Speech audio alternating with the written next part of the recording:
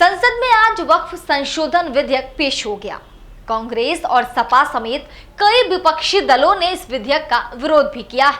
वहीं दूसरी तरफ सरकार का कहना है कि इस विधेयक के जरिए वक्फ बोर्ड को मिली असीमित शक्तियों पर अंकुश लगाकर बेहतर और पारदर्शी यानी कि ट्रांसपेरेंसी तरीके से प्रबंधन किया जाएगा। बहरहाल ये तो सत्ता पक्ष की अपनी दलीलें हैं, लेकिन आइए जानते हैं कि वक्फ होता क्या है जिस पर इतनी चर्चा हो रही है। दरअसल वक्फ कोई भी चल या अचल संपत्ति हो सकती है जिसे इस्लाम को मानने वाला कोई भी व्यक्ति धार्मिक कार्यों के लिए दान कर सकता है। इस दान की हुई संपत्ति की कोई भी मालिक नहीं होता।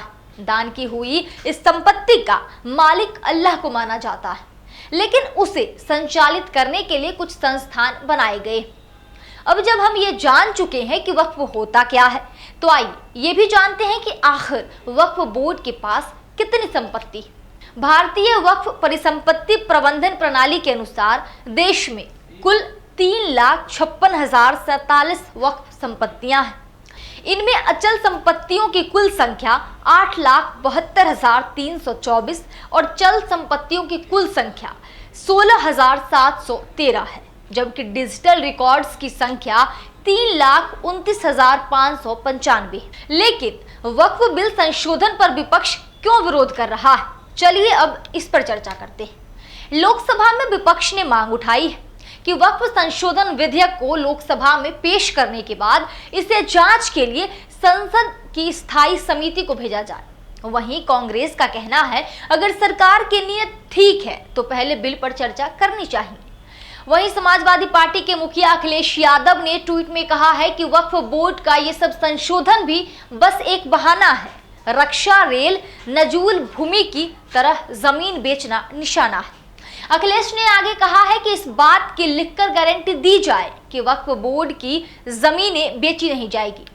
वहीं एमआईएम प्रमुख असदुद्दीन ओवैसी ने कहा कि मोदी सरकार बोर्ड की स्वायत्तता छीनना चाहती है और इसमें दखल देना चाहती है।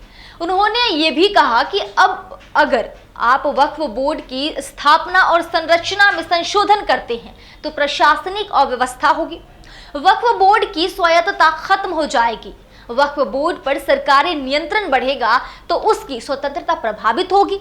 इसके अलावा राजद, एनसीपी, शरद गुट, शिवसेना, उद्धव गुट समेत अन्य दलों ने भी प्रस्तावित कानून का अलग अलग तर्कों के साथ विरोध किया। सदन में अखिलेश यादव ने विधेयक का विरोध करते हुए कहा, यह विधेयक बहुत सोची समझी राजनीति के तहत है। जब लोकतांत्रिक तरीके से चुने जाने की पहले से प्रक्रिया है तो उसमें नॉमिनेट क्यों किया जा रहा है? वक्फ बोर्ड में गैर मुस्लिम सदस्य को शामिल करने का क्या औचित्य बनता है? सच्चाई ये है कि भाजपा अपने हताश, निराश चंद कट्टर समर्थकों के लिए यह विधेयक लेकर आई। बहरहाल वक्फ बिल में हो रहे संशोधन को लेकर आप क्या सोचते हैं? कमेंट सेक्शन में हमें जरूर बताएं। अगर आपको ये वीडियो पसंद आया हो तो वीडियो को लाइक करें, शेयर करें और चैनल को सब्सक्राइब करना ना भूलें। साथ ही बेल आइकन प्रेस कर लें ताकि हर अपडेट आपको मिले सबसे पहले। देखते रहिए दी कंटाप। शुक्रिया।